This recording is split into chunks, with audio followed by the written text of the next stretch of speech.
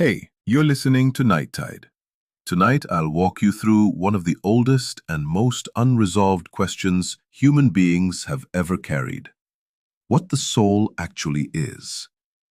Not in the sense of a comforting answer, but in the sense of a real inquiry, one that keeps changing shape the closer you look.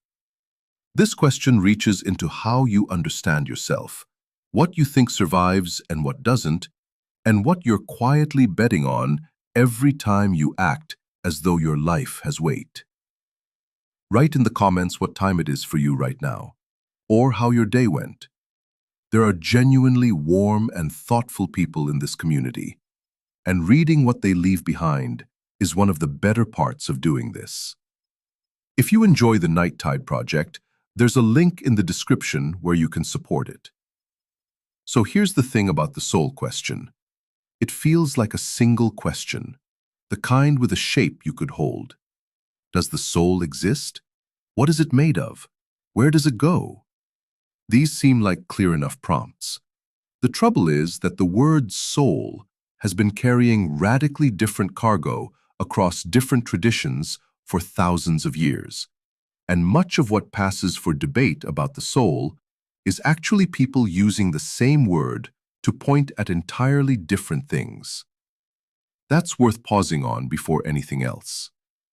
Most people who grow up in a broadly Western context carry, even without noticing it, a particular picture of what a soul looks like. It's singular. It belongs to one person. It's the seat of identity, the thing that makes you irreducibly you. It arrives somehow, it persists through your life, and depending on what you believe, it either ends when the body ends or it doesn't. This picture feels like a default, like the obvious baseline from which other traditions deviate. It isn't. It's a specific invention with a specific history, and it's much younger than the soul thinking it tends to overshadow. The oldest frameworks we have access to, from ancient Egypt, from Mesoamerican traditions, from various strands of South and East Asian thought, treated the soul as multiple. Not one thing, but a layered set of distinct components, each with different properties, different fates, different vulnerabilities. In ancient Egyptian thought, what we casually translate as soul was actually a cluster of distinct principles. The Ka was something like a vital double, a life force that existed in parallel with the person and required ongoing sustenance even after death. The Ba was closer to personality or individual character, and it could move, leave the body, travel, return. The Ak was what a person became through successful passage into the afterlife, a transformed and luminous state rather than a simple continuation. These weren't three names for the same thing. They were three different things, each subject to different dangers, each requiring different rituals. The reason this matters isn't historical. It matters because the moment you take seriously that a tradition could coherently divide what we call the soul into distinct, separable components, the single soul assumption starts to look like a choice rather than an observation. And choices have consequences. The choice to insist on a unified, indivisible soul produces certain philosophical commitments about what personal identity is, about what survives and what doesn't, about what justice after death could possibly mean. Those commitments carry weight. They also carry problems. Problems that the tradition doesn't always acknowledge it has taken on. Mesoamerican frameworks, particularly in Nahua thought, carried a similarly layered structure. The Teolia was associated with vitality and feeling, centered in the heart. The Ehyotl was connected to breath and the liver, thought to be capable of escaping the body and affecting others. The Tonali was linked to fate and warmth, located in the head and considered especially vulnerable in children, which is why certain protective practices surrounded the young so carefully. Again, these were not redundant descriptions of one thing. They were genuinely distinct, with distinct properties and distinct points of fragility. The soul, in this picture, was not a simple unit. It was a system. This has a consequence that isn't usually drawn out. If the soul is multiple and layered, then harm to a person can be partial in ways that a single soul framework struggles to accommodate. You can damage one component while leaving others intact. You can lose one part of yourself without ceasing to exist entirely. You can be, in some meaningful sense, incomplete, not dead, not fully alive, but fractured. That idea of soul fragmentation is something we'll return to, because it appears across traditions with no historical contact with each other, and the convergence says something worth taking seriously. The unified soul, the single, indivisible locus of personhood, came into dominance through a specific theological and philosophical development, most decisively in Platonic thought and its later incorporation into Christian doctrine. There were reasons for this move. A unified soul is much easier to subject to judgment. It's easier to hold responsible. It fits the architecture of a theology organized around individual accountability before a single God. But easier for a particular theological structure is not the same as more accurate to what the soul actually is. And treating the unified soul as the natural default closes off a set of questions before they've even been asked. The question underneath all of this is one that every tradition eventually has to face, and most of them face it differently. When you say soul, are you pointing at a thing, a substance, an entity, something that has properties and can be located?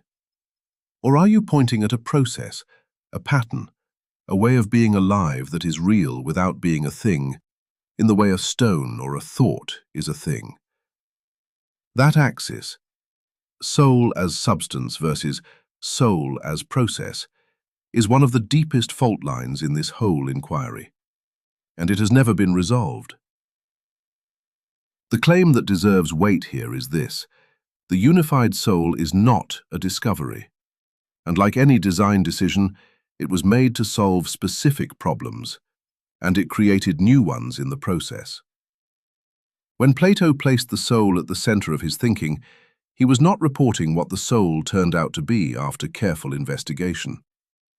He was arguing for a particular conception of what it had to be in order for his broader philosophical commitments to hold. The soul needed to be singular and indivisible because the kind of knowledge he cared about, stable, universal, not subject to the distortions of the body, required a knower who was similarly stable and indivisible.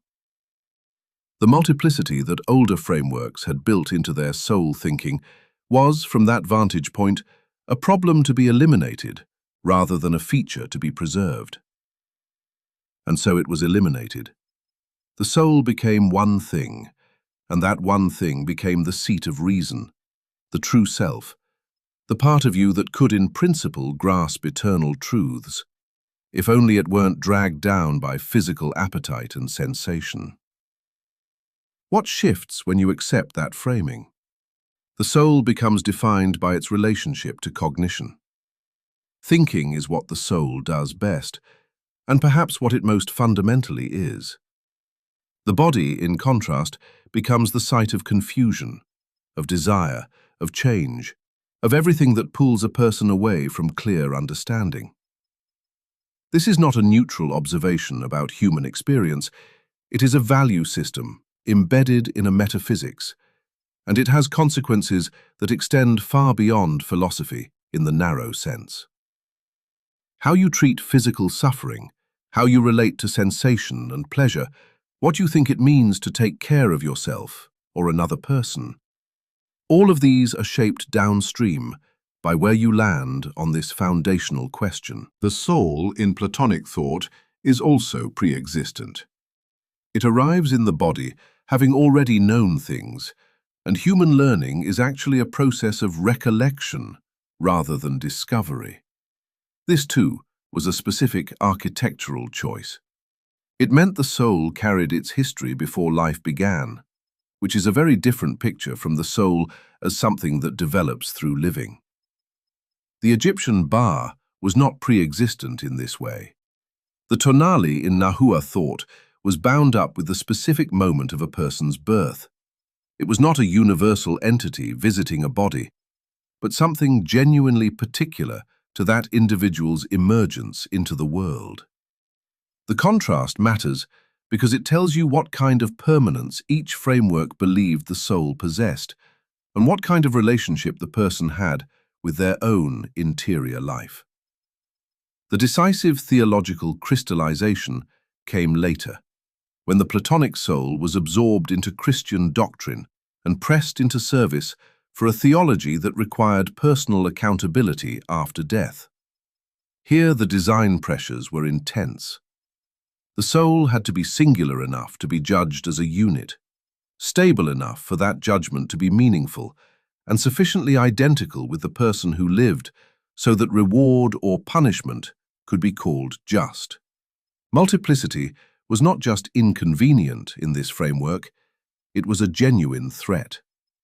If you were composed of distinct soul components that could be partially damaged, partially intact, partially lost, the architecture of individual judgment became very difficult to maintain. So the tradition consolidated. The soul became one. And in becoming one, it took on a weight it was perhaps never originally designed to carry. There is something worth pausing on here. The layered soul frameworks, Egyptian, Nahua, and others, were not simply less developed accounts waiting to be refined into the unified conception. They were tracking something that the unified model eventually had to suppress: the experience of being partially present to yourself, of having components of your inner life that feel genuinely separable, of finding that certain kinds of damage leave you functionally alive, but inwardly fractured in ways that are hard to name as either death or wholeness. Anyone who has lived through serious grief or certain kinds of trauma, or the particular disorientation that comes from sustained disconnection from one's own life, recognizes something in the fragmentation picture that the unified soul struggles to accommodate cleanly. The unified soul also imposed a particular relationship between the soul and personal identity. If the soul is one and the soul is you, then you persist as a unit, and the you that faces judgment or continues after death is the same you that acted and chose during life. This seems intuitive until you push on it. The you of 7 years old and the you of 40 are connected by memory, by body, by narrative. But how much do they share beyond that? The soul as unity requires some answer to this that holds across a lifetime and across death, and the answer has never been as clean as the doctrine requires. That instability does not appear in the Egyptian framework in quite the same way, because different components of the person were always understood to have different fates. The Ba might continue. The Ka might dissolve without sustenance. The Ak might or might not be achieved. Fragmentation was built into the system. It did not arrive as a crisis. The consequence of treating the unified soul as a default, rather than as a historically specific construction, is that every comparison between traditions gets distorted before it begins. When you ask whether the Buddhist concept of consciousness after death is compatible with the Christian concept of the soul, you are already assuming that both traditions are offering answers to the same question. They may not be. The Buddhist framework, in many of its major forms, is specifically skeptical of a persistent, unified self, and the soul-like continuity it describes across lives is not the continuity of a substance, but something closer to a causal stream, a pattern that propagates without requiring a carrier entity. Pressing that concept against the Platonic Christian unified soul and asking which one is right is a bit like asking whether a river and a flame are the same kind of thing, because both involve continuous change. The question may be malformed from the start. What the multiplicity frameworks leave you with is a different kind of problem. If the soul is several things, what holds them together during a life? What does the coherence of a person consist of, if not the unity of a single soul substance? The ancient Egyptian ritual literature was deeply concerned with exactly this, with what happened when the components came apart, with how they were to be reassembled or maintained, with what it meant for a person to be intact. That concern was not treated as a paradox to be dismissed. It was treated as a genuine feature of what being a person involves. And the fact that traditions with no knowledge of each other kept arriving at similar pictures of soul fragmentation and the need for retrieval rituals is the kind of convergence that tends to mean something, even if what it means is still genuinely open. There is an assumption that runs through most Western thinking about animist traditions, and it goes something like this. Soul belief in these frameworks is an early or approximate gesture towards something that later, more developed theologies articulated with greater precision. The animist attribution of soul to rivers, animals, trees, stones, this reads, from within that assumption, as a kind of metaphorical overflow, a failure to distinguish the living from the non-living, the personal from the impersonal. The assumption is wrong. And getting it wrong has costs that extend well past the history of ideas. The soul, in many indigenous and animist traditions, is not a property that individuals possess and carry around the way you carry a name. It is relational. It exists in and through connection, between a person and the land they inhabit, between a community and the other-than-human lives it shares that land with, between the living and those who have died and remain present in some form. This is not a loose metaphor for ecological interdependence dressed in spiritual language. It is a precise metaphysical claim, and the precision matters. What it asserts is that personhood, the kind of being that has interiority, agency, and moral standing, is not a threshold condition that humans alone have crossed. It is distributed across living systems in ways that do not reduce neatly to a hierarchy with humans at the center. Among many Ojibwe-speaking peoples, the concept of Manitou describes something closer to animating presence or power than to soul in the Western sense, but the structural logic is comparable. Certain places, certain animals, certain weather events carry a form of agency and awareness that demands a relational response. You do not simply extract, consume, or pass through such a presence. You acknowledge it. The acknowledgement is not decorative. It is an obligation arising from the recognition that what you are dealing with is, in the relevant sense, a someone rather than a something. The ethical weight here is immediate and practical. It shapes how hunting is conducted, how land is used, how illness is understood, what responsibility looks like when it extends beyond the boundary of the human community. A man prepares to take a deer. He has hunted this land his whole life. Before he acts, he speaks, not loudly, not as performance, but quietly, as you would speak to someone whose cooperation you are requesting rather than assuming. This is not superstition layered on top of practical knowledge.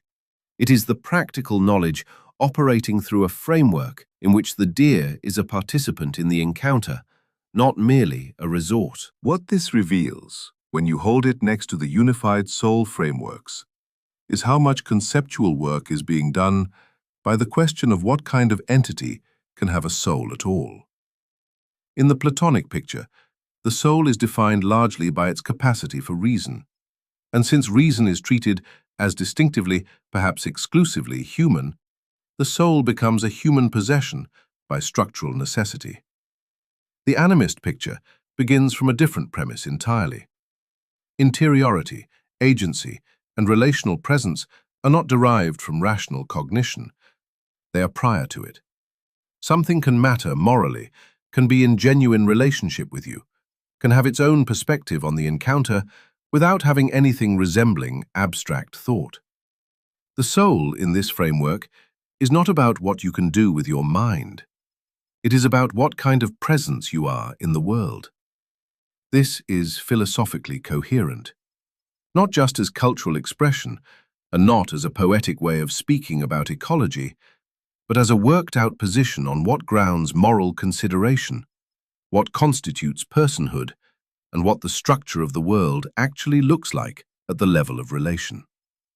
The philosopher Robin Wall Kimmerer, writing from within both Western botanical science and Potawatomi thought, describes what she calls the grammar of animacy, the way certain indigenous languages encode living presence, not as an exception requiring special justification, but as a baseline assumption about how the world is constituted. In English, you refer to a tree as it. In Potawatomi, the same tree is addressed in a grammatical form that acknowledges its standing as a living subject. The language is not adding something on top of an otherwise neutral description. The language is tracking a metaphysical reality that English, with its distribution of animacy, systematically fails to see. The consequence of this for the soul question is significant. If the soul is relational and distributed, then its health cannot be evaluated by examining the individual in isolation. A person can be internally intact and still be in a condition of soul damage if their relational fabric is severed, if their connection to land, to community, to the other-than-human world has been torn. This is not a metaphor for loneliness or alienation, though it rhymes with them. It is a literal claim about what the soul requires in order to remain whole. And it generates a completely different account of what damages the soul than the one you get from traditions organized around individual moral transgression. The catalogue of soul damage in animist frameworks tends to include things that would not register as soul-relevant in most Western theological accounts. Forced removal from ancestral land, the destruction of particular ecosystems, the severing of certain kinds of reciprocal relationship with non-human others. These are understood as genuine injuries to the soul, not symbolic losses, not merely cultural disruptions, but damage to the relational structure that the soul is made of and lives within. The convergence with what contemporary ecology has begun to say about the psychological and physiological effects of disconnection from natural systems is striking enough that some researchers have started to take the older frameworks seriously as descriptive accounts rather than just cultural expressions. Where does this position sit relative to the substance versus process axis that the unified soul framework spends so much time on? The animist relational soul does not fit cleanly on either side. It is not a substance in the Platonic sense. There is no separable entity that could be extracted from its relational context and survive intact. The soul here is genuinely constituted by its relations. Strip those away, and you have not freed the soul, but dissolved it. At the same time, it is not simply a process in the way a flame is a process. It has continuity, memory, moral weight. It is affected by what happens to it in ways that leave lasting marks. Something persists across the damage, even if what persists is shaped irrevocably by it. This places the relational soul in an uncomfortable position for anyone trying to build a systematic metaphysics around it. You cannot locate it as you might locate a substance. You cannot trace it as you might trace a causal sequence. It is present in the texture of relationship, and it requires relationship in order to be present at all. That is not a limitation of the framework. It may be its most precise claim. The question it leaves open is whether the soul's reality depends on being held within relationship, or whether relationship is simply the condition under which the soul becomes visible. Those two possibilities lead in very different directions, and the traditions that work within this framework have not always distinguished between them clearly, which is either a weakness or an honest recognition that the distinction itself may not be as clean as it sounds. The opposition at the center of Western soul thinking is old enough that it can feel like settled geography. Two positions staked out so long ago that the ground between them seems permanently mapped. On one side, the soul as substance, a thing that exists in the way a stone exists, with definite properties, a determinate nature, capable of persisting independently of whatever it happens to be housed in at a given moment. On the other side, the soul as form or process, something more like the organization of a living body, inseparable from what it organizes, present in function rather than in isolation. These two pictures have been in tension since Aristotle worked out his response to Plato, and the tension has never resolved. It just keeps migrating into new arguments under new names. The Platonic soul is, at its core, an entity. It has existence prior to the body, it has existence after the body, and its relationship to the body during life is, at best, uneasy cohabitation. The body is not what the soul is. It is where the soul happens to find itself, temporarily, struggling against the conditions of embodiment in order to maintain access to a kind of knowledge that the body systematically distorts. This is why, for Plato, death is not a catastrophe. It is closer to a release. The soul that has spent its embodied life cultivating philosophical understanding has been preparing, in a sense, for the moment when the body's interference finally ends. The soul's true condition is one of separation, and embodiment is the anomaly that requires explanation. Aristotle looked at this picture and found it structurally incoherent. If the soul is a separate entity that merely occupies the body, then the unity of a living being becomes deeply puzzling. What makes a person one thing rather than two things that happen to be in proximity? Aristotle's answer was to reframe the soul entirely, not as an entity that could exist apart from the body, but as the form of a living body, the organizing principle that makes a body the kind of thing it is. The soul of an eye, he said, would be the capacity for sight. If you had a stone shaped like an eye, it would not be an eye in any meaningful sense. The soul is what makes the organ an organ. It is not located inside the body the way a pilot is located inside a ship. It is what the body's organization consists of. This move has consequences that are hard to overstate. If the soul is form in Aristotle's sense, then asking whether the soul survives death is something like asking whether the capacity for sight survives the destruction of the eye. The question answers itself. And yet Aristotle also suggests, in passages that have generated centuries of argument, that the intellect, or at least the active part of it, may be separable in some way, may be something that comes from outside and is not fully bound by the body's fate.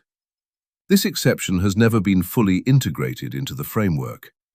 It sits there as an unresolved note, a place where the logic that seems to close the door on survival leaves it slightly ajar, without explaining why.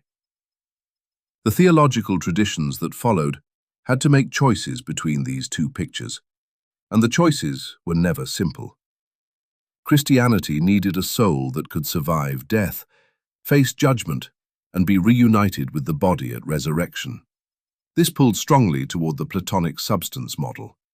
The soul had to be a thing, a persistent entity, something that could carry the person's identity through the gap of death. But Christian thinkers also needed the soul to be genuinely united with the body during life, since the incarnation and the resurrection of the body both insisted on the dignity of physical existence.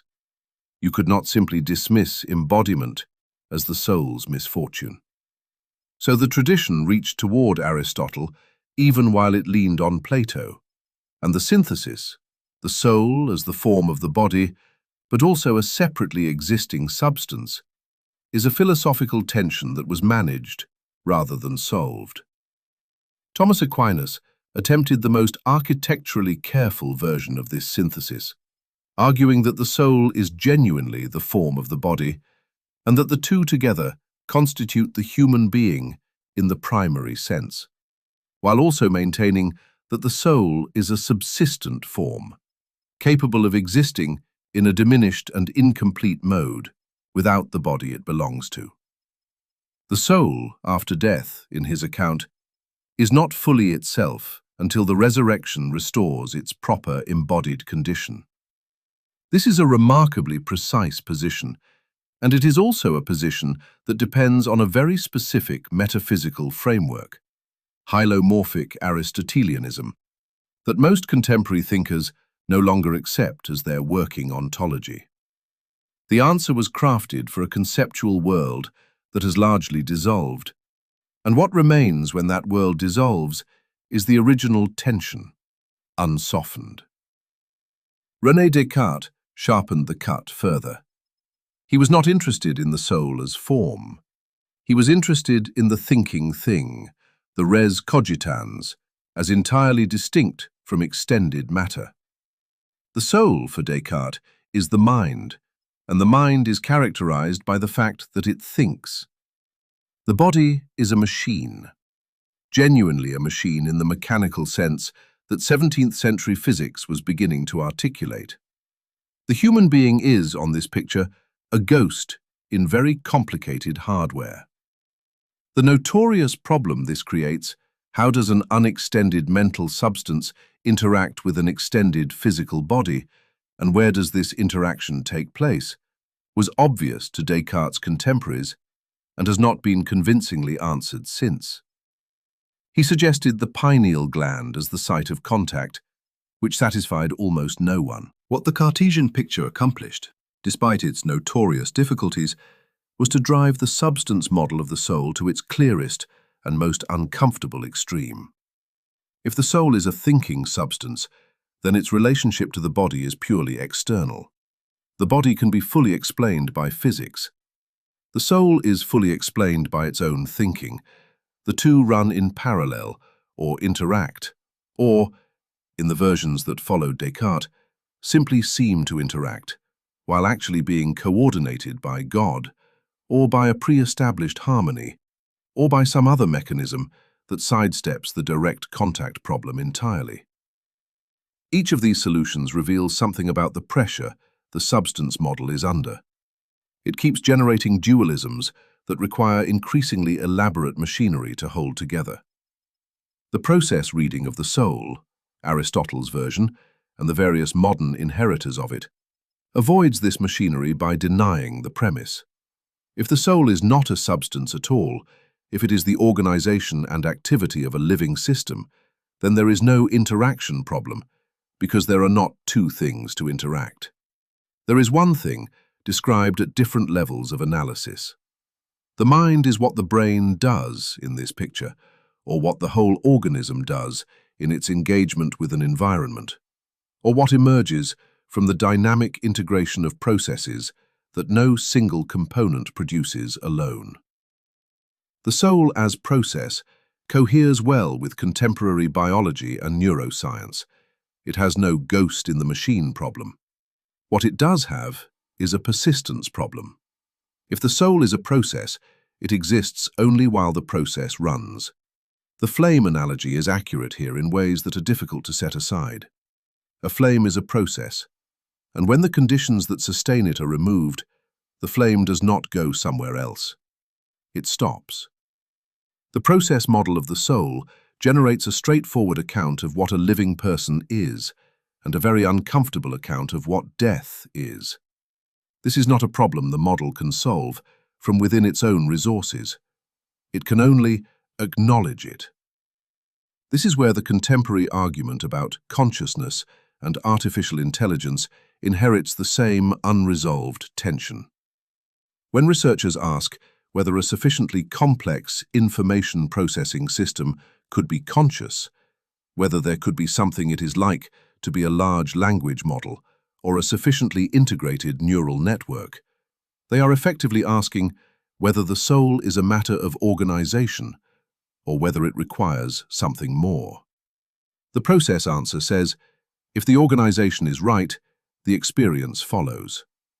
The substance intuition says, organization cannot produce experience by itself, because experience is exactly the kind of thing that cannot be derived from third-person descriptions of mechanisms, no matter how detailed those descriptions become. This is sometimes called the hard problem of consciousness, and what it is, underneath the contemporary vocabulary, is the substance versus process dispute in a new register. The split that Plato and Aristotle opened has not narrowed. It has deepened and widened to absorb every adjacent question about mind, identity, experience, and what it means to be the kind of thing that can ask about itself at all. Every serious position in the philosophy of mind takes a side, implicitly or explicitly, on the same foundational axis. Whether the soul can survive death, whether consciousness is substrate independent, whether personal identity persists through radical change, whether an artificial system could genuinely think or merely simulate thinking. These are all downstream of the same unresolved question about what kind of thing a soul is in the first place. The metaphysical machinery has changed. The question has not moved. What makes testimony about the soul interesting is not whether it confirms a particular metaphysics. It is what the testimony requires the soul to be in order to make sense at all. Near-death experiences are reported across cultures, across centuries, across wildly different religious frameworks. A person's heart stops. At some point it starts again. In the interval, or in what is remembered as the interval, something happens. A sense of leaving the body, of moving through or toward something, of encountering figures or light or stillness, of being given a choice or a limit. When researchers began collecting these accounts systematically in the second half of the 20th century, what struck many of them was the structural similarity of reports from people who had no contact with each other and no shared theological context. The tunnel, the light, the sense of reviewing one's life, the feeling of being met. These elements appeared across the data with enough frequency that it seemed impossible to dismiss them as purely random projections. The question is what this similarity means. The obvious reading is, the similarity reflects a shared reality. People in different places and times are describing the same thing because they encountered the same thing. The soul exists. It leaves the body. It moves towards something, and the reports track that movement with reasonable consistency. This reading has genuine emotional force. It also has a structural problem that becomes visible the moment you look at what the experiences actually contain. A Tibetan Buddhist who undergoes a near-death experience often reports encountering processes consistent with the Bardo teachings, the intermediate state between death and rebirth, described in Vajrayana tradition. A Christian from a Catholic background often reports something that maps onto the framework of divine presence, judgment, and mercy that shaped their entire conceptual life. A secular person with no strong religious background tends to report a more abstract experience: light, peace, a sense of vast openness, without the specific figures or structures that appear in more theologically saturated accounts. The baseline phenomenology overlaps. The interpretive content tracks the experience's existing framework with remarkable fidelity. A woman raised in a small evangelical community in rural Tennessee dies briefly during surgery and returns with a certainty she cannot quite articulate, but also cannot shake. She was somewhere. She was known. And the knowing felt nothing like anything she had experienced while alive. What she reaches for afterward is the vocabulary she already had. It fits in the way that a familiar container fits a new substance. Not perfectly, but well enough to carry it. This is what makes the testimony philosophically revealing, in a direction the simple confirmation reading misses. If near-death experiences were straightforwardly confirming the soul's existence and nature, you would expect the content to resist cultural shaping, the way the boiling point of water resists it, the way a physical constant resists it.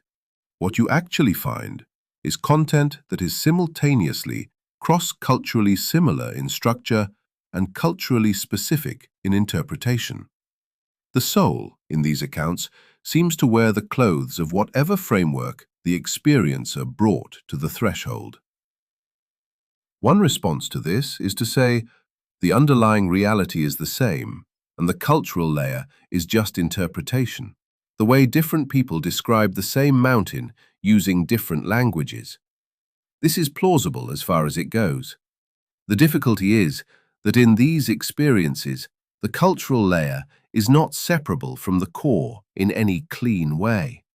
The woman who encounters a figure of radiant authority and identifies it as Christ, and the man who encounters a luminous void and understands it as the dissolution of the separate self into undivided awareness, these are not two descriptions of identical content. The content itself differs in ways that matter for what the soul is supposed to be and what happens to it.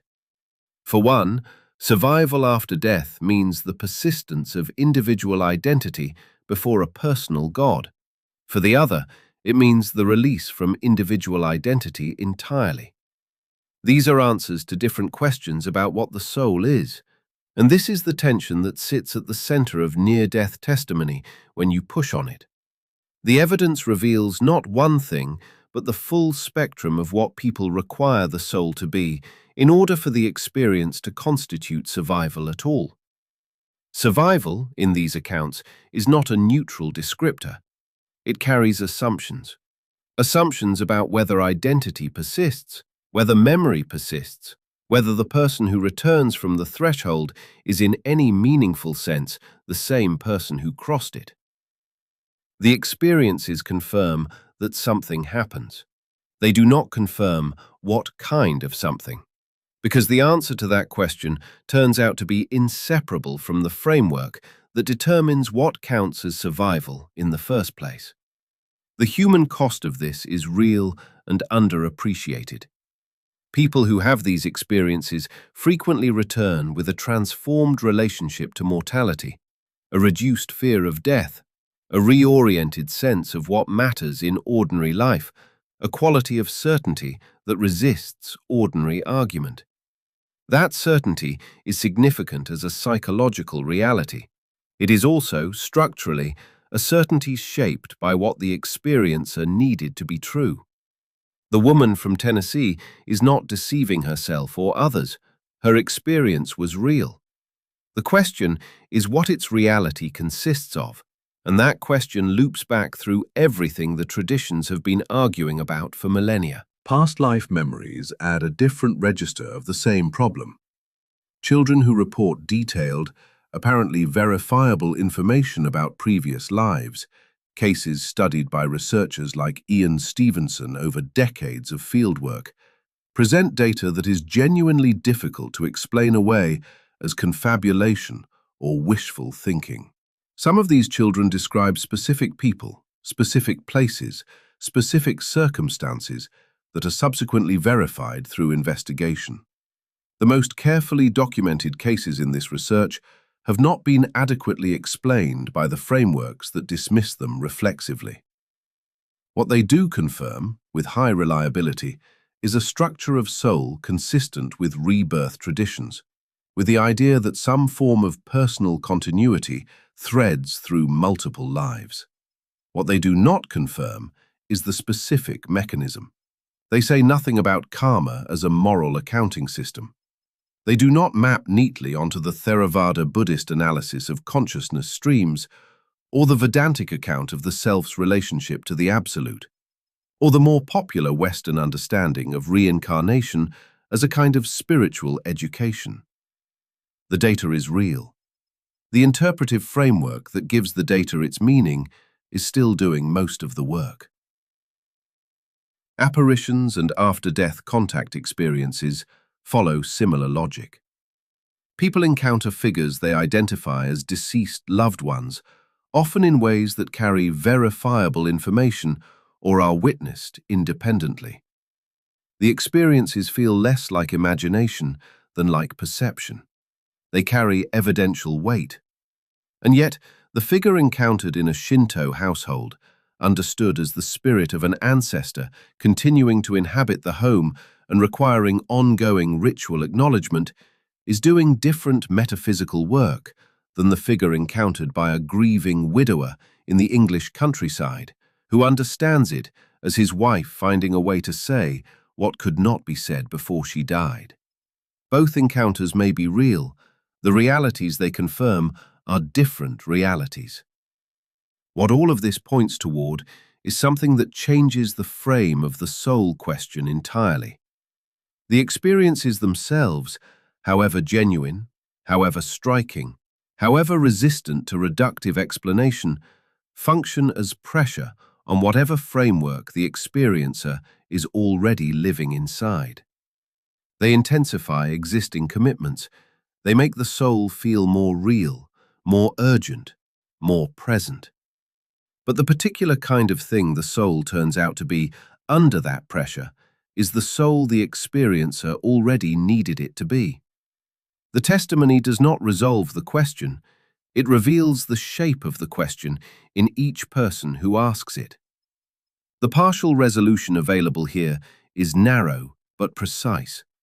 Near-death experiences, past life memories, and apparitions are data about the conditions under which the soul becomes thinkable, what properties it needs to have, what kind of continuity it needs to guarantee, what relationship to the body and to others it needs to maintain for the experience to count as encountering it rather than constructing it.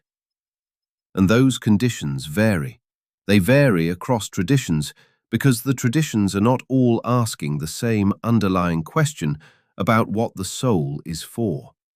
They are asking different questions, and the experiences answer accordingly. What this leaves open is harder than the original question of whether the soul exists.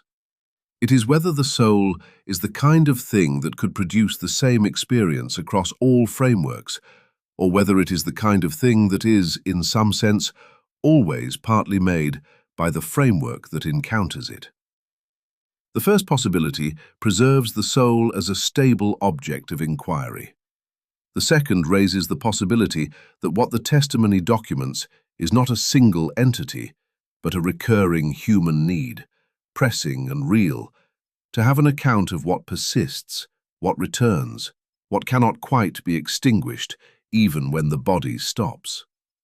That need itself is worth sitting with, not as a dismissal of the evidence, but as evidence of a different kind. There is a paradox built into the core of monotheistic soul doctrine, and it has been sitting there, largely undisturbed, for as long as the doctrine has existed. The paradox is this: the soul is said to be irreducibly individual. Your soul, singular and unrepeatable, the bearer of your identity before God. And yet personal identity, when you press on it with any philosophical seriousness, does not hold still. It dissolves at the edges. It resists the kind of stability the doctrine needs it to have. The traditions that insist most loudly on the soul's individuality are precisely the ones that depend on personal identity being the one thing that cannot be questioned. And personal identity is the one thing that most reliably fails under examination. Name what the paradox actually is. It is not a surface contradiction that careful theology can smooth over. It is a structural problem that lives inside the premise. For post-mortem judgment to mean anything, for reward or punishment to be just, for the soul that faces God to be the same soul that acted in the world, there must be genuine continuity between the person who died and whatever persists afterward. The continuity cannot be approximate or metaphorical. It has to be real in the morally relevant sense, because the entire architecture of divine justice depends on it. You cannot hold an entity responsible for actions committed by someone else. The soul that stands in judgment must be, in the full and non-negotiable sense, you. The problem is that even within a single lifetime, the case for personal identity is harder to make than it seems. The body replaces nearly all of its cellular material over years. The beliefs, desires, memories, and emotional patterns that constitute what feels like a continuous self shift continuously and sometimes drastically. A person at 70 shares almost nothing with themselves at 7 in terms of physical composition, belief structure, or emotional life. What threads them together? Memory, usually, is the first answer. John Locke proposed it in the 17th century. Personal identity consists in the continuity of consciousness, particularly memory. You are the same person as your earlier self, because you can remember being that person, or at least because there is a chain of overlapping memories linking now to then. The difficulties with this account are not minor. Memory is reconstructive, not archival. It is shaped by present concerns, by subsequent experience, by the stories we tell about ourselves. People misremember events that were significant to them. They feel continuity with past selves whose actual mental states they have no reliable access to. And in deep sleep, under anesthesia, in states of severe dissociation, the continuity of consciousness breaks. If memory is the basis of identity, then identity is more interrupted and more fragile than ordinary intuition suggests, and more dependent on interpretation than on fact. This is where the soul-doctrine begins to feel the strain. If the soul carries personal identity through death, what exactly is it carrying? The memories accumulated during embodied life? Thomas Aquinas held that the separated soul retains intellectual knowledge and the identity of the person, even without the full conditions of embodied experience. But intellectual knowledge is not the same as the experiential texture of a specific human life, the particular weight of grief at a specific loss, the precise quality of a joy that happened once on a Tuesday afternoon and was never repeated, the accumulated residue of small choices that constitute a character. Whether these can survive in a disembodied soul, and in what form, is not a question Aquinas' framework resolves cleanly. It is a question the framework defers. The attempt at resolution across most of these traditions runs something like this. The soul's identity is guaranteed not by the soul's own cognitive continuity, but by God's recognition of it. The person persists because God holds the person in being through death, not because the person's psychological machinery maintains itself unbroken. Divine memory, rather than human memory, is the ground of identity. This is not a trivial answer. It relocates the problem, rather than eliminating it, but in a way that for the tradition may be the right relocation, since the tradition already holds that the soul is dependent on God for its existence at every moment. Why this resolution is finally impossible to close has nothing to do with the tradition's internal coherence on its own terms. It has to do with what remains unaddressed. Even if God guarantees the soul's continuity, The relationship between that guaranteed identity and the living person's experience of themselves is never fully accounted for. The soul that God holds through death is described as the soul of this person, but the content of that person, what made them who they were in the morally and experientially dense sense, was inseparable from the body, from memory, from particular circumstances of embodied life. Strip those away, and what God is sustaining may be more like a formal identification than a substantial self, a name rather than a person. The resurrection of the body, which Christianity insists upon, is partly an attempt to address exactly this. If the soul eventually returns to a restored body, then the full person is reconstituted and the problem of disembodied identity is temporary rather than final. But this answer imports a new set of difficulties that do not dissolve under the solution. What body? At what age? With what memories intact and what ones altered? If the resurrection body is glorified, transformed, incorruptible, is the self that inhabits it still continuous with the self that struggled through ordinary life? The tradition's answer is yes, but the answer carries a weight of philosophical specification that the tradition has never fully discharged. Islam treats the soul with a similar insistence on individual persistence. The same soul that lived in the world will face judgment, will enter paradise, or suffer punishment.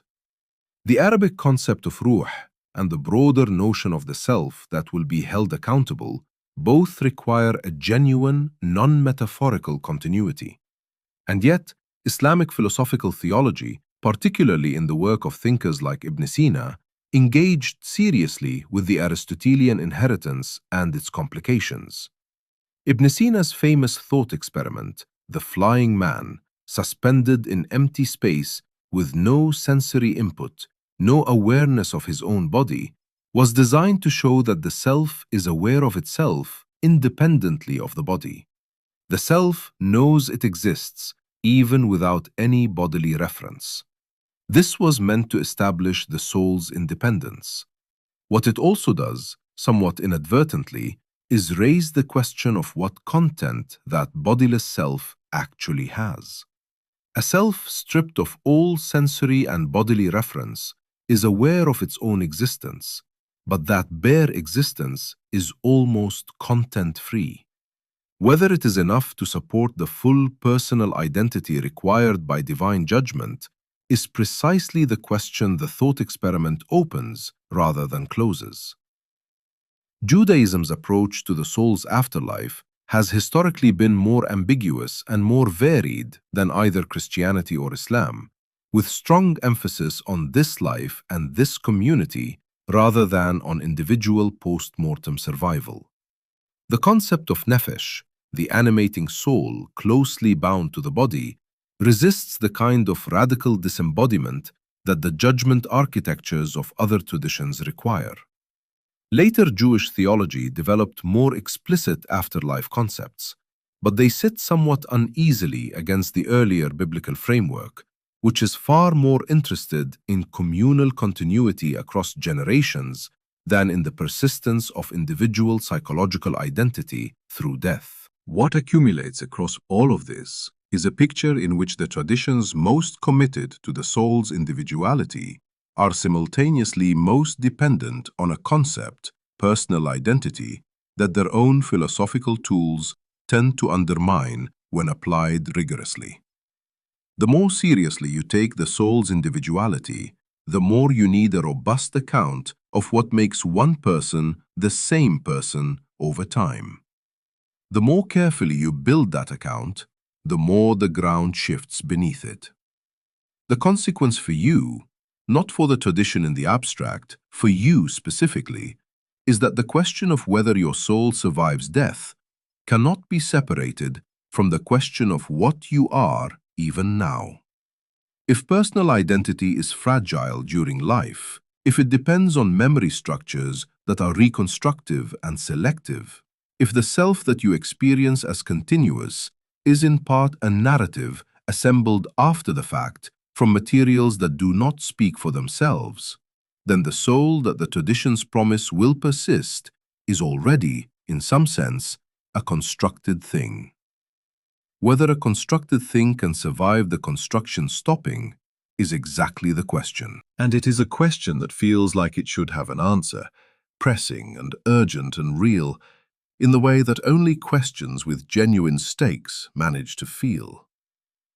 Somewhere in nearly every tradition that has ever tried to account for the soul, there is a moment where the soul is described as going wrong, not dying, not simply ending, but becoming less than it was, fragmenting, slipping away from the person it belongs to. In Siberian shamanic traditions, soul loss is a recognized condition with identifiable causes. A severe fright, a traumatic encounter, an event so disorienting that part of the self simply fails to return with the rest. The shaman's work is retrieval. Literal, deliberate, dangerous retrieval. A journey into whatever territory the lost portion of the soul has wandered into, and a bringing back. The person waiting is incomplete until that return happens. They may be living, breathing, going through the motions of daily existence, but something essential has detached, and no amount of ordinary time will restore it. What makes this worth pausing on is how specific and technical it is. This is not a vague metaphor for feeling disconnected or spiritually dry. It is a precise account of a condition, a diagnosis, and a procedure. The soul can be lost. Its loss has a cause. The loss is not permanent if action is taken. The action requires someone with the knowledge and capacity to go where ordinary people cannot go, recover what was separated, and return it. Now set that image aside for a moment and pick up something from West African cosmological tradition, specifically from the Dagara people of Burkina Faso, as transmitted through thinkers like Malidoma Somé. There, too, the soul exists in a condition of potential fragmentation, vulnerable to disruption through rupture with community, with ancestral connection, with the ritual structures that keep the self properly anchored in its relationships. The condition of fragmentation is recognizable, diagnosable, and addressable through communal ritual process. Without that process, the disconnected soul drifts. With it, something is restored that ordinary life cannot restore on its own. Cross the world entirely and look at the concept of susto in Mesoamerican and Andean healing traditions. Soul fright, literally. An experience of terror so acute that the soul is startled out of proper alignment with the body. The sufferer becomes listless, loses appetite, falls into a low-level malaise that defies ordinary medical explanation. The treatment involves ritual, the calling back of the soul, the re-establishment of the proper relationship between the person and the ground, sometimes literally, the earth they belong to. Again, a diagnosis, a mechanism, a procedure. These three examples come from traditions with no historical contact sufficient to explain convergence through borrowing. Their theologies are incommensurable in fundamental ways. Their accounts of what the soul ultimately is, where it comes from, what happens to it after the body dies, these diverge sharply. And yet the structure running through all three is identical in its essential architecture. The soul can be destabilized. The destabilization has identifiable causes, usually involving rupture, with safety, with community, with the conditions that allowed the self to cohere in the first place. The condition is recognizable from the outside, and there are people who know how to address it. This structural convergence is the observation worth expanding.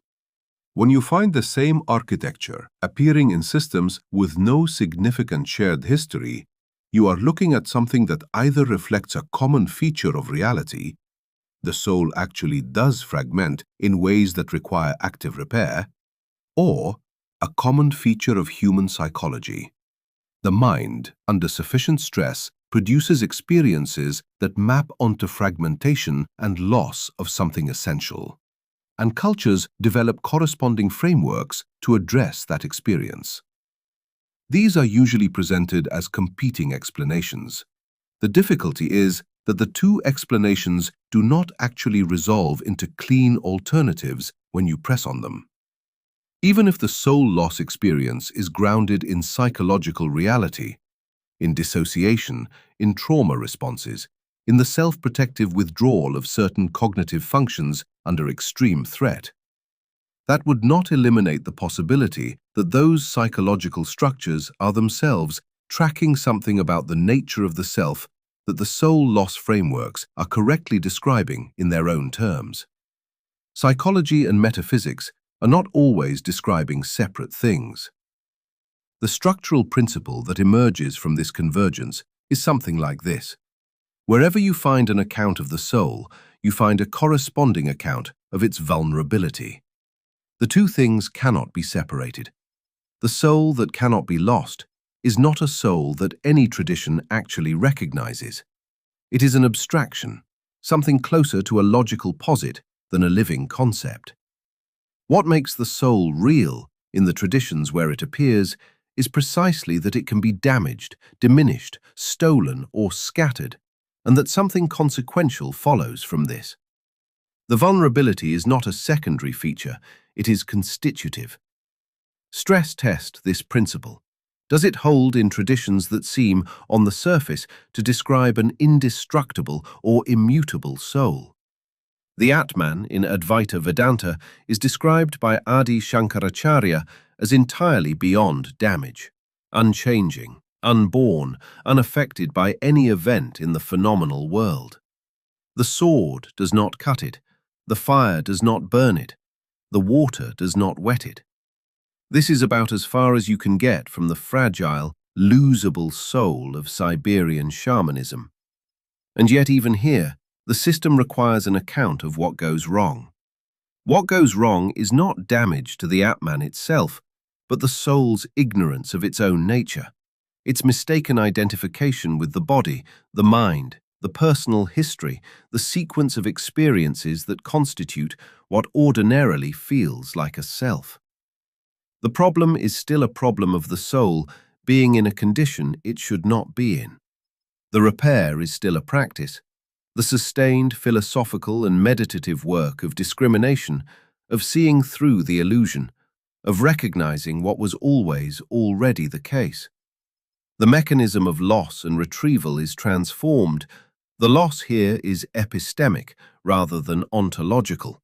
The retrieval is insight rather than shamanic journey. But the underlying architecture persists. Even in theological systems that insist most strongly on the soul's protection through divine grace, something similar appears. The Christian soul can be in a state of mortal sin, a condition in which its relationship to God is severed, in which something essential to its proper functioning has been catastrophically disrupted. Restoration requires specific action: contrition, confession, absolution. The soul's integrity can be compromised in ways that require active repair, not merely the passage of time. So the principle holds further than it initially seemed to. Here is where it starts to break. In traditions that treat the soul's fragmentation as ultimately illusory, where the work of repair is the work of recognizing that there was never really a fragmentation to repair, the architecture becomes recursive in a way that strains its own logic. If the soul is in its depths entirely whole and entire unaffected, and if the experience of soul loss is itself part of the illusion, then the rituals and practices of retrieval are addressing a condition that does not, at the deepest level, exist. Which means that the repair is real as a process, but ultimately aims at dissolving the very framework that made the repair necessary. The shaman's journey and the Vedantic inquiry are doing something structurally similar: recovery, retrieval, restoration. But in the Vedantic case, what gets retrieved is the recognition that nothing was ever lost. The retrieval dismantles the frame of loss itself. This is where the principle shows its seam. The soul loss and soul retrieval structure is coherent and cross-culturally robust, up to the point where the tradition asks whether the loss is real or apparent.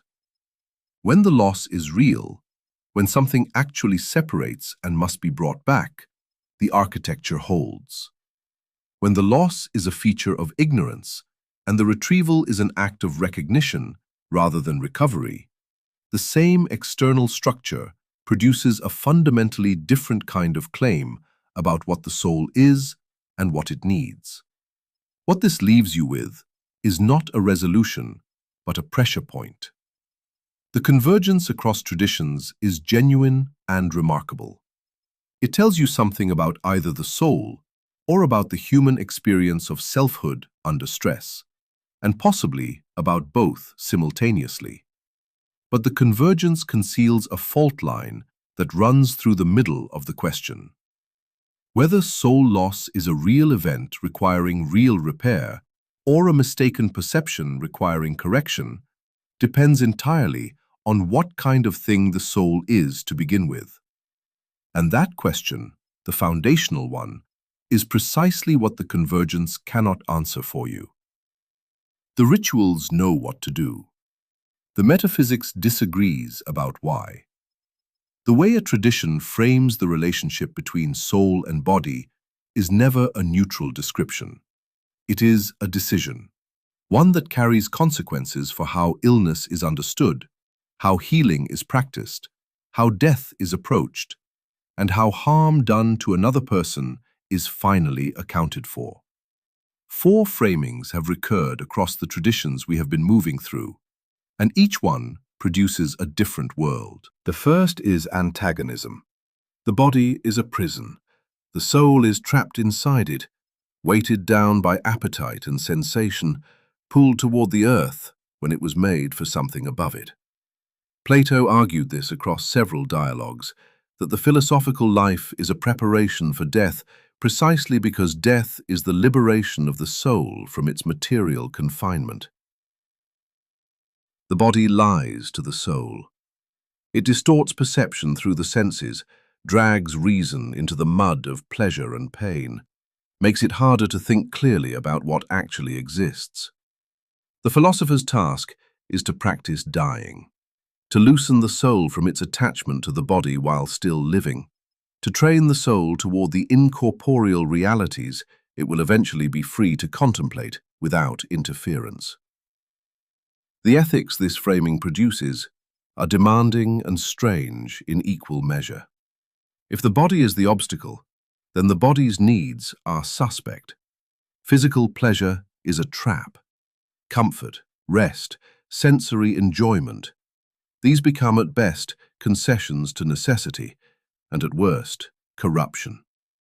The soul that allows itself to be seduced by bodily comfort is a soul that has forgotten what it is. This view has had enormous influence on certain strands of Christian asceticism, where the mortification of the flesh, fasting, sleep deprivation, physical discomfort deliberately sought, became practices of spiritual seriousness. The body's suffering is the soul's exercise. What damages the soul, on this framing, is absorption in the physical. What heals it is detachment, withdrawal, the cultivation of distance from sensation. Follow the consequence out far enough, and it becomes uncomfortable in a different way. If the body is a prison, then attention to the body, care for the body, suffering that is located primarily in the body, occupies a lower rung in the hierarchy of what matters. Medicine, in this frame, addresses something secondary. The soul is the real patient, and the body's condition is spiritually significant, mainly insofar as it bears on the soul's freedom or entanglement. The second framing stands in a different relationship to the body entirely. Aristotle proposed that the soul is the form of the body, the organizing principle that makes a living body what it is, the activity through which the body's capacities are actualized. On this account, the soul and body are not two things accidentally joined. They are matter and form of a single living entity. You cannot have this soul without this body, the way you cannot have this blade without this metal. What it means to be a human being is to be a soul-body composite, not a soul temporarily inhabiting a material shell. The ethics here shift entirely. If the soul is the body's animating form, then the body's health is inseparable from the soul's proper functioning. To harm the body is to harm the person in a direct and non-hierarchical sense. Physical suffering is not an obstacle to spiritual seriousness. It is a disruption of the very structure in which the soul operates. Medicine is not tending to the lesser part of a person. It is participating in the person's integrity. The care of the body is already, in the Aristotelian frame, a form of care for what makes the person alive and capable of distinctively human activity. The tension between these two framings has never resolved. It ran through medieval Christian theology, where Aquinas inherited the Aristotelian account and tried to integrate it with a tradition that also carried strong Platonic currents of soul-body suspicion. The result was a synthesis that insisted on the soul-body composite as the proper human being, which is why bodily resurrection matters so much in that theology, while still carrying ascetic practices and rhetorical patterns that treat the body as something to be disciplined and overcome. Both strands remain alive in contemporary religious life, in medicine, in how people speak about the relationship between mental and physical suffering. The third framing is the body as instrument. The soul uses the body the way a craftsman uses a tool. The soul is the agent, the body is what it acts through. This framing preserves a clear hierarchy. The soul is primary, the body is subordinate, without the full antagonism of the prison model. The body is not an obstacle, but a means. It is good insofar as it serves the soul's purposes, and problematic when it interferes with them. Certain Stoic views moved in this direction, as did some readings of the yoga traditions, where the body becomes a vehicle that the practitioner learns to use with increasing precision and awareness. The ethics of the instrument model are interestingly different from both the prison and the form framings. Because the body is a tool, its condition matters instrumentally. Maintaining it is a form of good stewardship, not because the body has inherent dignity, but because a well-functioning instrument serves the soul better. Illness is disruptive in a practical rather than a metaphysical sense, and harm done to another person's body is harm done to the instrument through which they navigate and act in the world, which carries weight, but it is weight derived from the soul's relationship to the body rather than from the body's independent moral status. The fourth framing dissolves the question rather than answering it. In certain strands of Buddhist thought, and in the non-dualist Vedantic traditions, the framing of soul and body as a pair, any pair, in any configuration, is itself the site of the problem. There is no soul as a discrete entity to be related to a body as another discrete entity. What there is, on the Buddhist account, is a flow of interdependent processes, none of which constitutes a permanent self. What there is, on the Advaita account, is the one undivided reality in which the appearance of a soul and a body and a relationship between them arises as a feature of ignorance, not of ultimate truth. Both dissolve the terms of the other three framings, rather than choosing between them. The ethical consequences here are neither absent nor simple. Buddhist ethics build intensely on the recognition of interdependence and impermanence.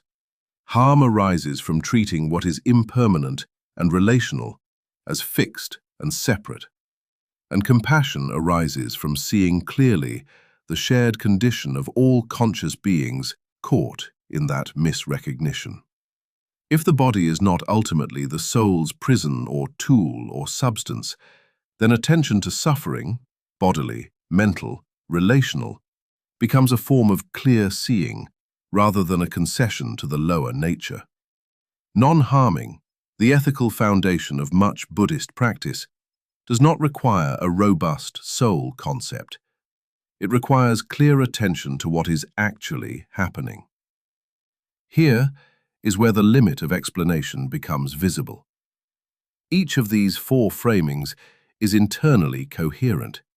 Each produces a recognizable ethics, a recognizable approach to illness and care, a recognizable account of what it means to harm or heal another person.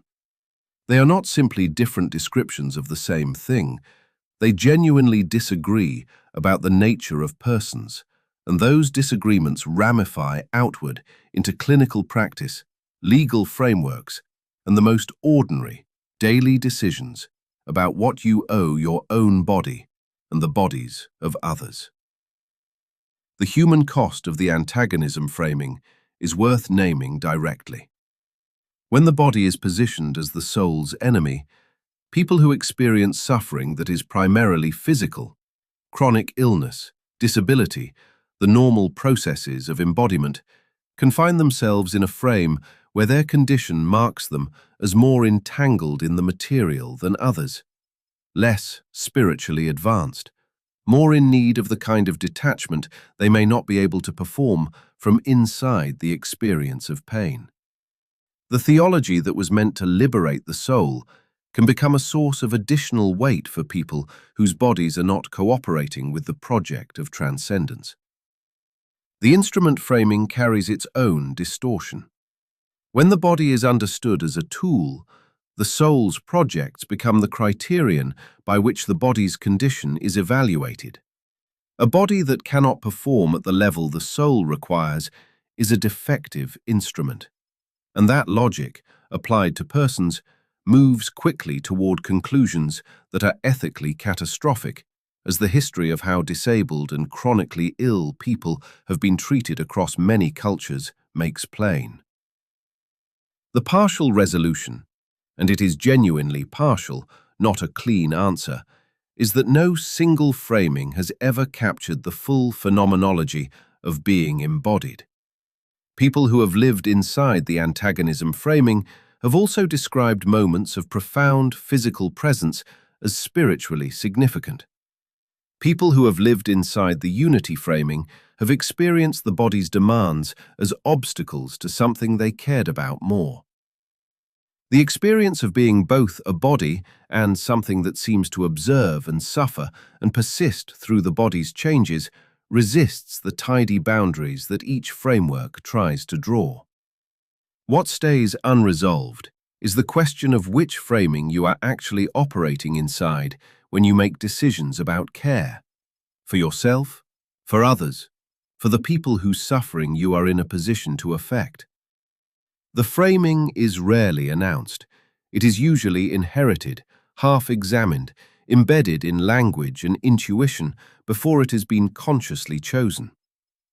And the framing determines, more than almost any other conceptual commitment, what you actually think it means to help someone who is hurting. Ask almost any tradition where it draws the line on soul, and the answer will seem obvious until you put pressure on it.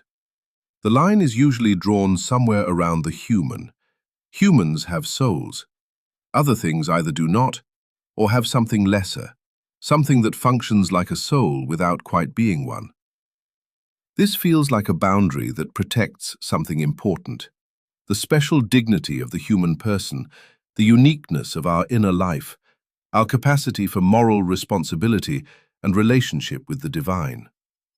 The claim sounds reasonable until you ask the one question that exposes how much work it is actually doing. The question is, why? Not why in the sense of which tradition says what. Why, in the sense of what the soul actually is, that humans possess it, and say a dog does not, or a crow, or an octopus, whose nervous system produces behaviors that suggest something very much like curiosity, problem-solving, and what some researchers have carefully described as play. If the soul is what animates living things, then animals are animated. If it is the capacity for experience, animals experience. If it is the capacity for relationship, animals form attachments that endure loss. Every time you reach for a definition of the soul that includes the full range of human beings, the definition tends to sweep in animals too. And then the line has to be redrawn, usually with a criterion that feels more like special pleading than principled reasoning. This is the pressure test that the animal soul question applies. It does not ask traditions to change their conclusions. It asks them to make their reasoning visible. And in making it visible, the reasoning often reveals something about what the soul concept is actually protecting, as distinct from what it formally claims to describe. In Descartes, the division is as clean as it ever gets. Animals are automata. They are extraordinarily complex mechanisms capable of behavior that mimics feeling and intention, but there is no inner light, no res cogitans, no thinking thing inside. The soul, identified with rational thought, is the exclusive property of human beings, and its presence is what separates a person from a very sophisticated machine. A dog in pain is not suffering in the morally relevant sense because suffering requires a subject, and there is no subject inside the dog, only the mechanism running. The ethics this produces are stark, and history has not been gentle to them. The degree to which Cartesian logic was used to justify indifference to animal suffering across centuries of scientific experimentation tells you something about what a soul concept does when it functions as a boundary rather than a description. The line between those who have souls and those who do not is never merely a metaphysical claim. It is always also an allocation of moral consideration. Where the soul stops, the obligation to take suffering seriously is permitted to stop with it. Thomas Aquinas, working from Aristotle, distinguished among vegetative souls, which govern growth and reproduction and belong to all living things, sensitive souls, which govern sensation and movement and belong to animals, and rational souls, which belong to humans alone. Animals, on this account, genuinely have souls. The sensitive soul is real. The difference is that the human rational soul is immaterial and immortal in a way the animal soul is not. Animals can experience. They cannot reason in the mode that connects the human person to God. The soul persists after death for humans. For animals, the soul's existence is tied to the body's existence, and when the body dies, the soul ends with it. This is a more nuanced architecture than Descartes, and it grants animals a form of inner life that pure mechanism denies them. But the hierarchy remains, and it still does the same work. Moral consideration scales with the kind of soul, and the kind of soul that commands the fullest consideration is the one that participates in reason and can be held in relationship with the divine. The animal is inside the circle of souledness, but it occupies the outer ring. What is revealing here is what each tradition does with the borderline cases. There is a small lizard, and there is a chimpanzee that has learned to use and modify tools to recognize itself in a mirror, to communicate across species in something structurally close to language.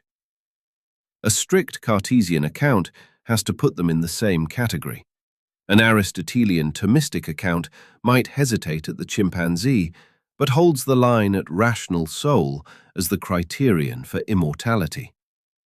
The question pressing on both accounts is whether the criteria they are using are actually tracking something real about the nature of soul, or whether they are tracking something about the social and theological function that the soul concept is being asked to perform. Certain Hindu traditions complicate the hierarchy from the other direction. The doctrine of transmigration, the movement of the soul through different forms of life across successive incarnations, means that the soul currently inhabiting an animal body is, in principle, the same kind of thing as the soul currently inhabiting a human body. The difference is positional rather than essential.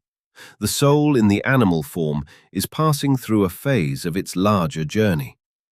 This produces an ethics of non-harming, ahimsa, that extends across species in a way that the Cartesian and even the Aristotelian accounts do not generate.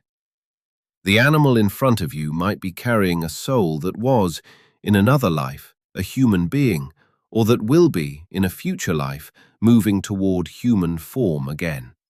The soul is not animal-specific. The soul is the traveler. The animal body is a temporary address. The pressure this applies to the soul concept is different in kind. If the soul that inhabits animals is the same soul substance as the one that inhabits humans, then the marker of difference is not in the soul itself, but in the body it currently occupies, or in the karma that has placed it there. The animal's diminished moral status is not rooted in a deficiency of soul, but in a particular moment in the soul's ongoing journey. This is a more egalitarian metaphysics in one sense, but it carries its own complications. It tends to produce a hierarchy of forms, the human birth as more spiritually advantageous than the animal birth, without abandoning the continuity of soul substance across those forms. Indigenous traditions that hold soul to be distributed throughout the living world, a point that was developed earlier in this exploration, face the animal question with the least theoretical friction. When the bear and the river and the forest and the person are all participants in a web of ensoulment, the question of whether the animal has a soul is not a hard case requiring special adjudication. It is simply a description of what the world is. The friction moves somewhere else. It moves to the question of how you act within a world where everything you interact with has inner life, and what obligations that generates. The hidden architecture that the animal question exposes across all of these traditions is a relationship between the soul concept and the structure of moral obligation. Wherever a tradition draws the soul boundary, it is simultaneously drawing the boundary of who counts in the fullest sense as a subject of concern. The soul is not only a claim about the inner nature of persons, it is also a technology for allocating moral weight. This is not a criticism of any particular tradition. The allocation of moral weight is something every ethical system must do. The point is that the soul concept is doing that work, quietly and structurally, beneath the surface of the theological and metaphysical claims. So when you press a tradition on the animal soul question, and the answers start to shift and qualify and redraw, what you are watching is the tradition managing a tension between what its soul concept formally describes and what it actually needs the soul concept to do. The formal description wants to track something real about the nature of inner life. The systemic need wants to secure the boundaries of the community for whom the tradition's ethics apply most fully. These two projects pull against each other whenever the criterion that grounds the soul in humans turns out to be shared, even partially, by non-human beings. The open question this leaves is whether any tradition has yet found a soul concept that can do both things simultaneously, genuinely describe the inner life of living beings as they actually appear, while also providing the kind of structured moral guidance that requires some differentiation of how we respond to different kinds of creatures. The traditions that come closest to egalitarian ensoulment tend to face the practical ethics of living in a world where you must eat, compete, destroy habitat, and make choices that harm some beings to protect others. The traditions that secure a clear hierarchy of soul tend to face the opposite difficulty. They must continually revise their boundaries as evidence about animal cognition and experience accumulates. And each revision exposes the gap between the theological claim and the empirical reality it was supposed to describe. Neither discomfort goes away. The soul concept that would dissolve both has not yet arrived. There is a familiar story told about secular modernity and the soul. The story goes that science, reason, and the Enlightenment combined to dismantle the old metaphysical architecture, that the soul was a theological concept, and once theology lost its grip on educated thought, the soul quietly disappeared along with it. This story is satisfying in its tidiness. It is also wrong in a way that turns out to matter quite a lot. The soul did not disappear. What happened was a substitution. Careful, gradual, so thoroughly accomplished that most people living inside its results have no idea it occurred. The functions that the soul was once called upon to perform migrated into a new set of concepts: consciousness, personal identity, the self, psychological depth, authenticity, inner life. These became the vocabulary through which modernity asked the questions that the soul had previously organized. The word changed. The underlying structure remained intact, and the unresolved problems it carried came with it. Think about what the soul was supposed to do in the frameworks we have been moving through. It was the thing that made you continuous across time, the thread connecting the child to the adult, the person who fell asleep to the person who woke up. It was the seat of moral responsibility, the locus of guilt, merit, agency, the thing that could be judged because it was the thing that had chosen. It was what made you irreducibly you, distinct from every other person, the ground of your uniqueness. And it was what was at stake in questions of harm and healing, the thing that could be damaged or corrupted or restored. Every one of these functions survived the disappearance of the word. They were simply reassigned. John Locke, in the late 17th century, was already doing the work of reassignment, though he might not have described it that way. His account of personal identity rooted continuity not in a soul substance, but in memory. You are the same person across time because you can remember being that person. The soul's metaphysical role in guaranteeing identity was replaced by a psychological mechanism. The move looks secular. Look at it from a different angle, and what Locke was doing was preserving the functional requirements of a soul concept: the continuity, the accountability, the basis for judgment, while stripping away the theological packaging. The structure of the argument was held, only the furniture changed. The same operation runs through the development of depth psychology in the late 19th and early 20th centuries. Sigmund Freud's account of the unconscious, which is much more interesting in the original German than in the translations that softened its language, was built around a concept of inner depth, layers of the self that lie below ordinary awareness, that carry the history of the person, that exert pressure on behavior from below. The German word Freud used, Seele, means soul.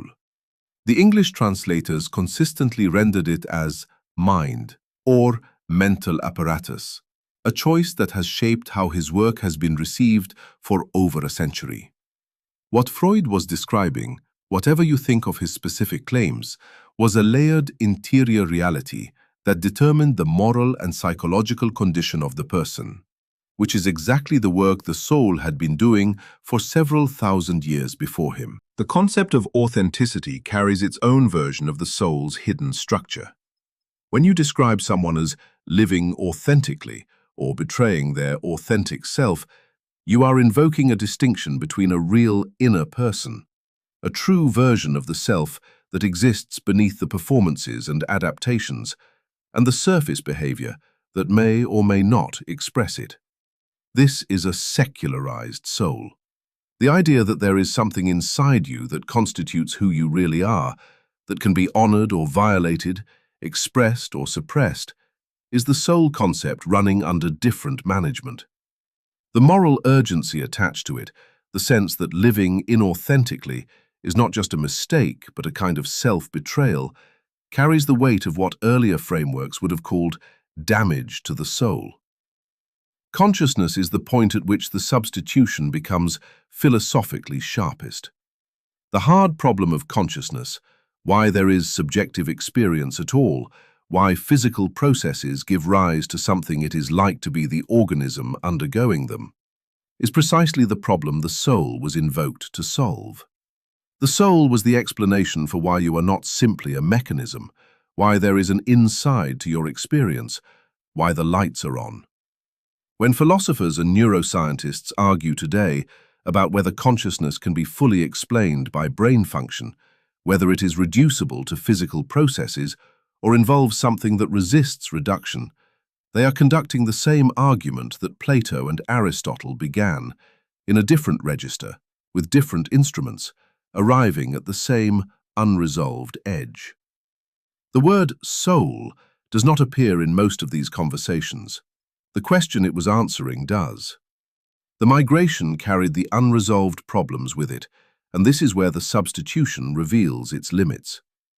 Personal identity as psychological continuity runs into exactly the same difficulty the soul concept ran into when philosophers pressed on it. If you are the same person as the child you were because of memory, what happens when memory fails? Through disease, through trauma, through the ordinary erosion of time. Derek Parfit spent much of his philosophical career showing that the criteria we use to establish personal identity over time do not actually converge, and that pressing the question hard enough produces results that are deeply disorienting for any framework that wants to hold moral accountability, legal responsibility, and personal continuity together. These are exactly the problems the soul was supposed to prevent. Moving the anchor from soul substance to psychological continuity relocated the question without resolving it. Authenticity runs into its own version of the same wall. If there is a real self beneath the performances, what is it made of? Where did it come from? The authentic self turns out, on examination, to be something assembled from language, culture, relationships, and history, which is to say, from exactly the external sources that authenticity is supposed to be independent of. The concept requires a stable inner core that the evidence for the self keeps failing to produce. This was also the problem that mystical traditions in both Eastern and Western frameworks identified when they argued that the individual soul, pressed hard enough, dissolves into something without clear edges. The concept that replaced the soul inherited the instability it was meant to escape. What this means systemically is that secular modernity did not solve the soul question. It deferred it, inside new vocabulary that carries the same structural pressures. The vocabulary of consciousness, identity, and authenticity now does the work that soul talk once did. Grounding moral responsibility, distinguishing persons from mechanisms, providing a basis for claims about harm and continuity and what matters about a life. And the places where that vocabulary breaks down are the same places the older vocabulary broke down, which is not a coincidence. The problem was not in the word. The problem is in the question the word was pointing at. The threshold where this becomes something more than a philosophical observation is in clinical and ethical practice. Questions about when a person's identity has been so altered by neurological disease that continuity of selfhood is no longer present. Questions about whether severe unconsciousness implies the absence of the thing that made the person morally considerable.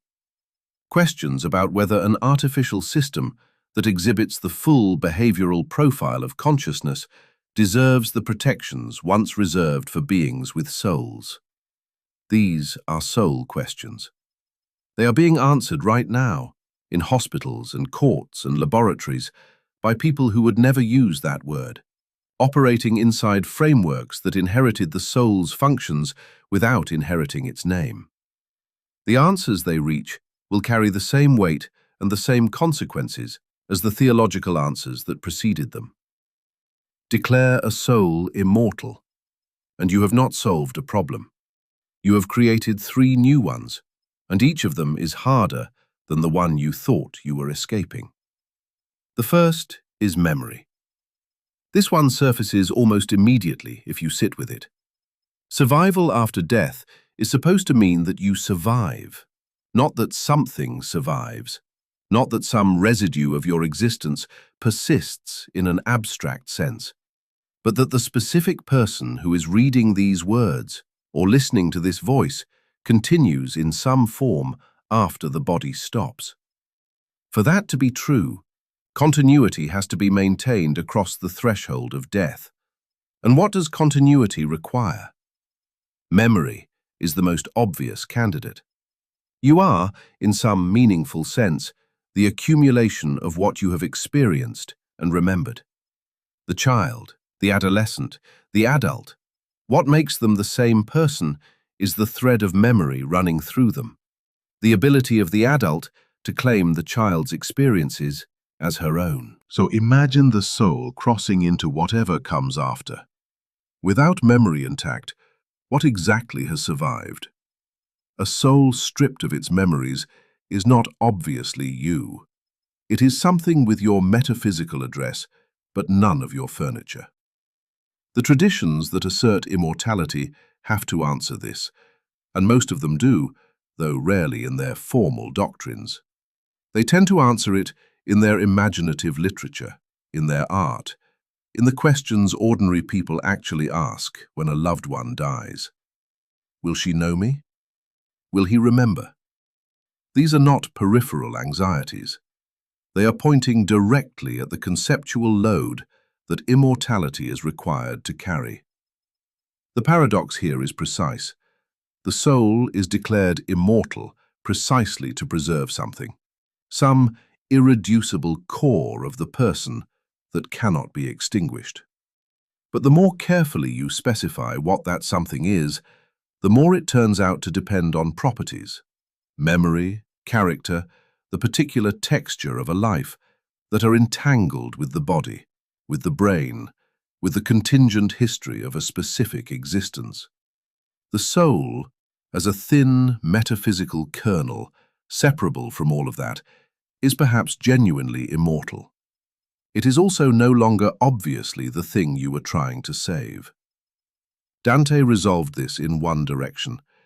In the Commedia, the souls in the afterlife are recognizable, specific, and remember their lives completely. Their identities are intact, sometimes more fully than they were in life. Certain truths about themselves that they could not see clearly while embodied become visible after death. Memory and character persist. This is aesthetically and emotionally satisfying, and it is also a theological decision about how to handle the memory problem, not a resolution of the philosophical difficulty underneath it. Because if the soul remembers, then the soul's content is bound to biographical time, to the sequence of choices and experiences that constituted a life. And if that is true, the soul is more entangled with the body and the world than the claim of its immortality might initially suggest. The second problem is justice. This one is harder in a different way. The whole structure of post-mortem judgment, reward, punishment, purgation, the settling of accounts that earthly life left unsettled, depends on a relationship between the soul's actions and the soul's character. A just judgment requires that what the soul did in life actually reflects something real about the soul that persists after death. But character is not static. People change. The person who committed an act at 30 is not always the same moral agent as the person at 60, who has spent decades shaped by consequences, regret, and revision. The traditions that hold most firmly to individual souls and final judgment have to hold simultaneously that the soul's character is genuinely formed through free choices, and that it is stable enough at the moment of death to be judged with finality. This produces a structural tension that runs through theological arguments about deathbed conversions, about children who die before the age of reason, about people whose moral agency was severely compromised by circumstances outside their control. Each of these cases is a pressure point on the justice claim. A soul declared immortal at one moment is committed to a judgment premised on the coherence of that soul's moral history. But moral history is ragged, interrupted, sometimes catastrophically altered by what happened to the body, by violence, by disease, by the environments that shaped the person before the person could shape herself. The judgment that would be fair to a soul, understood this way, requires an accounting of everything, not just the ledger of voluntary acts. Most traditions sense this and build in mechanisms, purgatory, intermediate states, the logic of karma that extends across multiple lives to handle the roughness of actual moral experience. These mechanisms are not evasions. They are the tradition acknowledging, structurally, that the justice problem is real and that a simple final accounting does not resolve it. The third problem is desire. This one rarely gets the same attention as memory and justice, but it may be the strangest consequence of all. What does it mean to want something when death has been removed from the equation? Desire, as it operates in ordinary life, is shaped entirely by limitation. You want what you might not have, or might lose, or can only partially reach. The urgency of wanting is inseparable from the fact of scarcity, of time, of capacity, of access. Remove mortality, and the structure of desire does not simply relax. It becomes philosophically incoherent in ways that the traditions declaring immortality rarely address directly. If the soul exists in a state of eternal beatitude, what is the relationship between that state and the specific longings that constituted the person during life, the particular loves, the specific curiosities, the desires that drove the person's most characteristic choices? Are those desires satisfied and therefore extinguished, preserved but perpetually fulfilled, transformed into something that retains their shape but no longer carries their urgency? Thomas Aquinas argued that the beatific vision, the direct apprehension of God, would constitute a satisfaction of every desire, because every desire ultimately has the divine as its proper object, even when the person is unaware of this. All the particular wants of a life are, on this account, partial and misdirected versions of the one real want, and immortality is what finally allows that want to reach its object.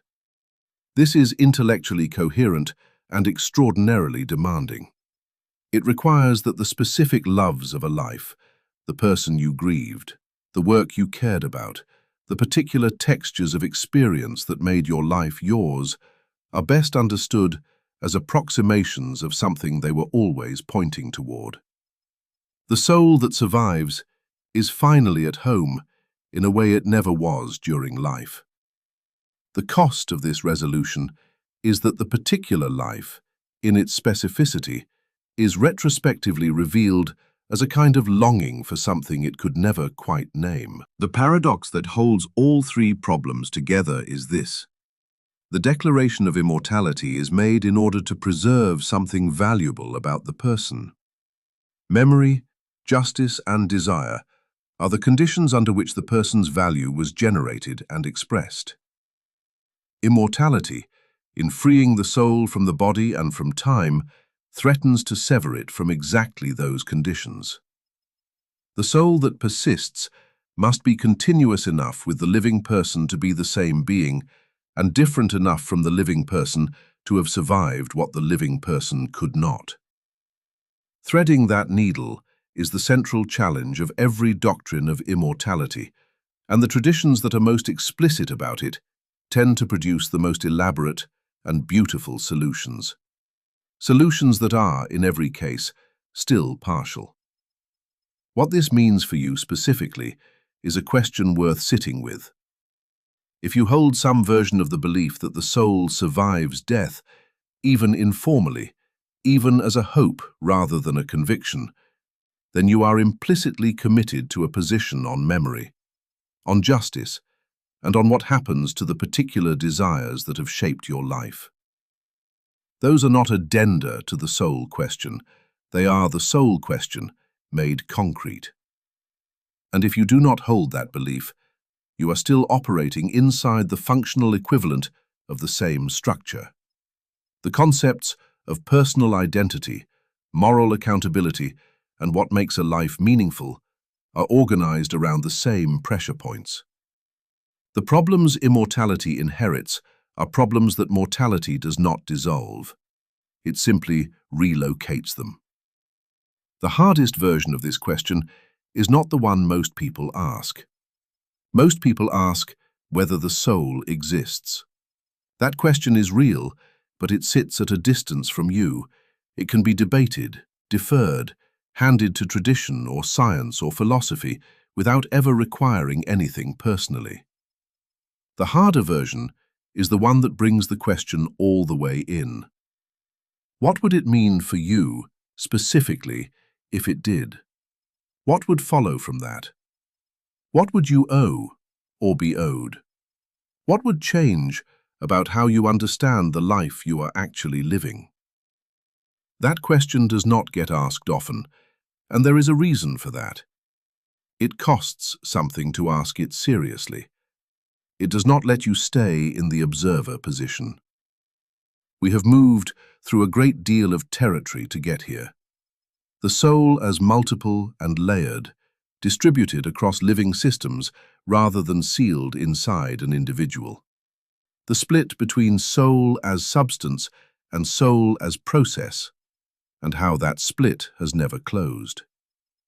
The evidence that near-death experiences reveal, which is not a proof of anything, but a map of what people require the soul to be in order for survival to feel like survival. The cross-cultural structures of soul loss and soul retrieval, appearing in traditions that had no contact with each other, pointing at something that refuses to stay inside either the theological or the psychological box. The way the soul-body relationship, framed as war, as marriage, as instrument, as illusion, generates entirely different ethics depending on which framing you accept. The test that the animal soul question runs on every tradition's hidden logic. The substitution modernity performed when it moved the soul's functions into consciousness, identity, authenticity, without resolving any of the underlying problems. And then the three problems that immortality inherits the moment it is declared. Memory, justice, desire, each one harder in its own way than the mortality it was meant to transcend. What accumulates from all of this is not a refutation of the soul, and not an argument for it. It is something more uncomfortable, the recognition that every framework that has ever tried to answer the soul question has done so by making choices that produce consequences, and that those consequences follow you, whether or not you endorse the framework explicitly. The soul concept is a pressure point.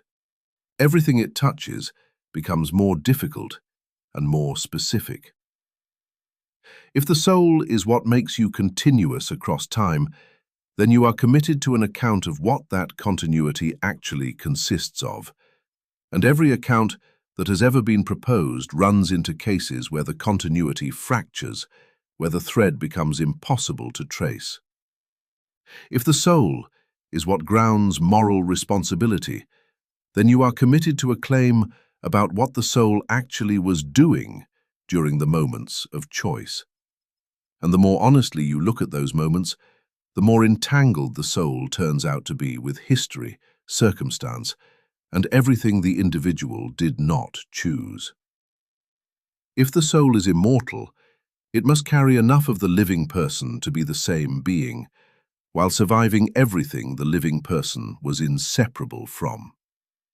The needle threading required by that demand has generated some of the most intricate intellectual and artistic work in human history, and none of it has fully closed the gap.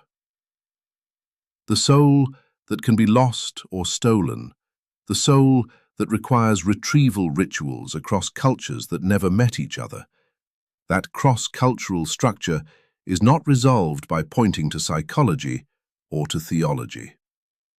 It suggests that something in human experience keeps generating the same map, the same sense that the self can be fragmented and needs to be made whole again.